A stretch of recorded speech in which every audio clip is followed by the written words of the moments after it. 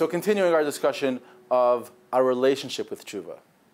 The next thing we have to talk about is the simple mistakes we make, the misconceptions we have about tshuva. And some of them are tragic because they're so simple to fix. We just don't really know what it is. And perhaps the most important thing to share with people is this truth from the Mabit.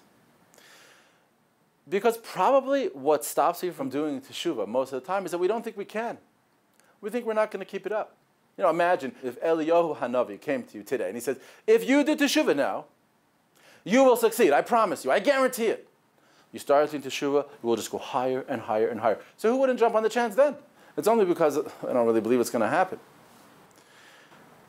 It's just a mistake. And listen to what the Mabit tells us. This is a public service announcement to the Jewish people.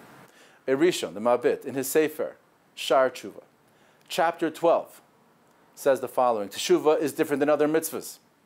Other mitzvahs, for example, tzitzis. You've got to put tzitzis on all four corners of your garment, right? Well, what if you only put tzitzis on 3 of those corners? You didn't do it.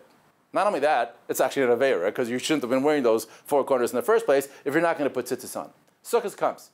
You got your lulav, you've got your esrog, you've got your hadassim, yay! No ravas, no good, nothing. You haven't done the mitzvah. You make a bracha levatala. The Mabit says tshuva is different than that. Partial tshuva is tshuva, even though tshuva really has 3 components. Everybody knows. Charata, you've got to have regret for what you've done. You also have to aziva sachat kabbalah l'asid. You've got to let it go. You've got to promise never to do it again. Obviously, that's part of tshuva. And you have to have vidu. You've got to speak to God. Tell Him, I did these things. I'm sorry for them. I won't do them again. And ein tshuva pachatz mishalosh eila. The Rebbeinu Yonah says it's not tshuva without these 3 things. That's what real tshuva is. But the Mabit tells us, even though it's not real tshuva without all 3, but you did part of tshuva. It counts. It's not me'akev. Each part doesn't make the other parts not count. And this is just permission. It's permission to start. Because, you know, what will not give you permission is like, I can't do it, I'm going to fail. No, because even if you just have charata, and you don't think you're ready to make a commitment because you're not, your charata still counts. Rabbi Victor Miller talks about this idea, and his inimitable way, he just gives the most awesome illustration. Imagine you smoke 2 packs of cigarettes a day. Okay? So you're smoking 40 cigarettes. And you're like, oh man, I gotta stop smoking. It's killing me, right? So, but I can't. How am I gonna stop smoking 40 cigarettes? So a buddy comes over and says, hey, why don't you stop smoking 1 of those cigarettes? Smoke 39 cigarettes today. Well, what good is that? I'm still smoking 39 cigarettes. I mean, I'm not really stopping to smoke. I know, but if you stop smoking 1 of those cigarettes, is 39 better than 40? Well, you know, well, obviously, technically, yeah. But it doesn't make me feel like I'm doing anything.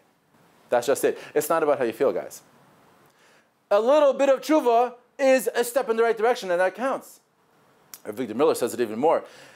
It was actually kind of easy to stop that 40 cigarette. What's the big deal? Smoke 39 cigarettes. Just stop 1.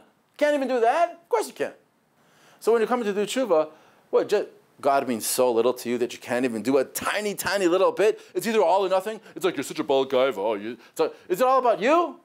Oh, if you can't do a perfect job, you're not going to do it at all. Just get off that high horse. A little bit more humble. It's not about that. It's not about me being a great person. It's about that I'm insulting God every day. He gives me everything I have, my health, my family, all the things, everything I love. I spit at Him. I don't pay attention to Him. I ignore Him. I don't pray to Him. A little bit. Show Him something. So at least the part that's easy, jump into that.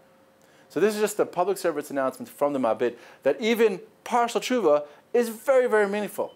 So come join us in the Spiritual You Teshuva Chabura. Send your email to the Torah Center at gmail.com when we're really jumping into tshuva.